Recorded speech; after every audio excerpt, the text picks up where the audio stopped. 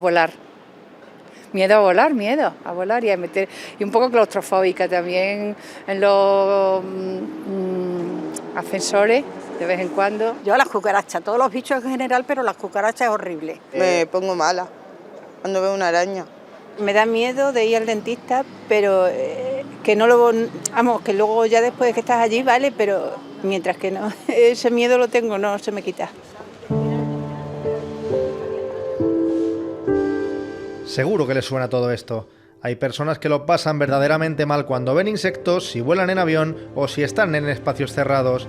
Es lo que conocemos comúnmente como fobias, aunque a veces las confundimos con el miedo, no son lo mismo. Bueno, para hablar de la fobia tenemos que hablar del miedo, porque al final la fobia a mí me gusta explicarla como un exceso de la emoción del miedo, digamos que sale del control de la persona, ¿no? Y esto es lo que hace que, digamos, la persona deje de tener capacidad o agencia activa, que decimos nosotros, para gestionar o controlar esa emoción, y es la emoción la que controla, digamos, el comportamiento o la conducta de la persona, ¿no?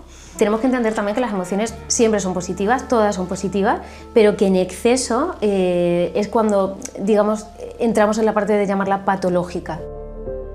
Este es el caso de José Luis. Salir a la calle o pasar tiempo solo era un suplicio para él.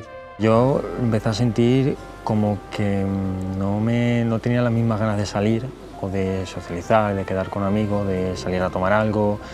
No tenía las mismas ganas ni las mismas sensaciones, como que me costaba mucho. Y al principio quizás no le daba importancia, pero al final van pasando los meses y tal y vas notando que va a repercutir en tu vida. El hecho de salir a la calle y el sentirme así de incómodo, si estaba solo me sentía aún peor, me sentía como más inseguro, por así decirlo. Entonces el estar con alguien me calmaba, porque al menos no estaba solo, pero el estar solo era que empeoraba aún más la situación. Para mí era como más complicado hacer alguna cosa y que sea solo. Y es que las fobias no solo afectan anímica y psicológicamente, el organismo sufre y los síntomas pueden llegar a confundir al paciente. Claro, al final lo que nos encontramos nosotros aquí en clínica, ¿no? Cuando la gente viene, son más síntomas físicos, porque el miedo al final activa este cerebro primitivo que tenemos, la parte amigdalina, que es la que pone en juego o activa todo un sistema de estrés que, para entenderlo, yo siempre explico que es imaginarnos que estamos en una selva y que nos va, o sea, es la misma reacción que si nos fuera a matar un león, por ejemplo, ¿no? Entonces el cerebro detecta ese peligro y se pone en marcha, con lo cual hay todo un sistema de respuesta que tiene que ver con taquicardia, sudoración, dolor de estómago. Al final también depende mucho del estilo de vida, ¿no? Si tenemos un estilo de vida funcional y digamos que tenemos controlada la vulnerabilidad, pues el estilo de vida saludable, digamos que hace mucho o bloquea o hace mucho de colchón para que los problemas no se desarrollen, ¿no? En muchas ocasiones este tipo de problema u otro aparecen en estados de crisis de las personas, ¿no?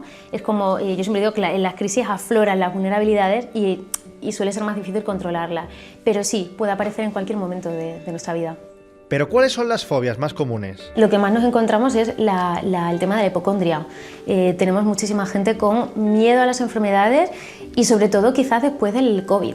Creo que hay mucha gente después de todo el tema del confinamiento y de todo lo que también personal sanitario, ¿no?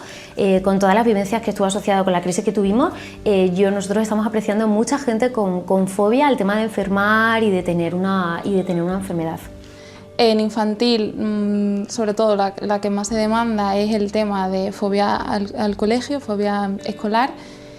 Y bueno, también así algunos tipos de fobias específicas, como por ejemplo el tema a los animales, a ciertas agujas, sangre. Y luego tenemos más la población adolescente, que es más miedo a exposición en público o ansiedad social.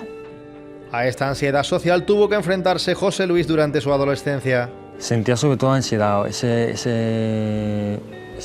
sensación de incomodidad, de descontrol de la situación, de no saber dónde estoy o incluso no querer estar ahí y estar luchando contigo mismo. Es como una lucha constante, ¿sabes? Y esa lucha constante a veces que la vencía y otras veces no la vencía y tenía que volver a casa o tenía que llamar a mis padres para que me recogieran donde estaba y al final irme a mi casa, que es como la zona de confort, por así decirlo. Ir a terapia le ayudó a enfrentarse a esos miedos y a superarlos. Por eso es importante ponerse en manos de especialistas. Hay que intentar solucionar un problema que afecta a nuestra calidad de vida. Porque para mejorar la calidad de vida y que la persona recupere el control y la confianza, porque es lo que más se daña con la fobia, ¿no? El que la persona no siente que tiene el control de su vida y de lo que ocurre y desconfía completamente de su capacidad para poder afrontarla.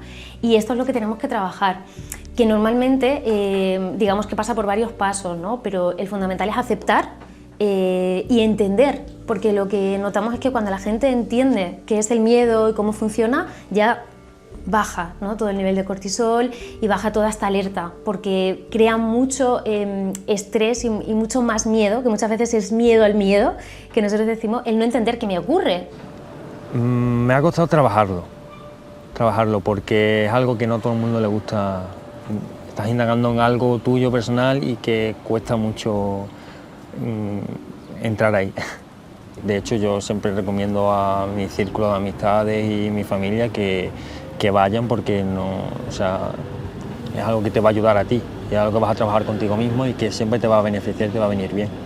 De alguna forma o de otra siempre va a ser bueno para ti. La salud mental debe ser una prioridad. Tan importante es estar bien por fuera como por dentro.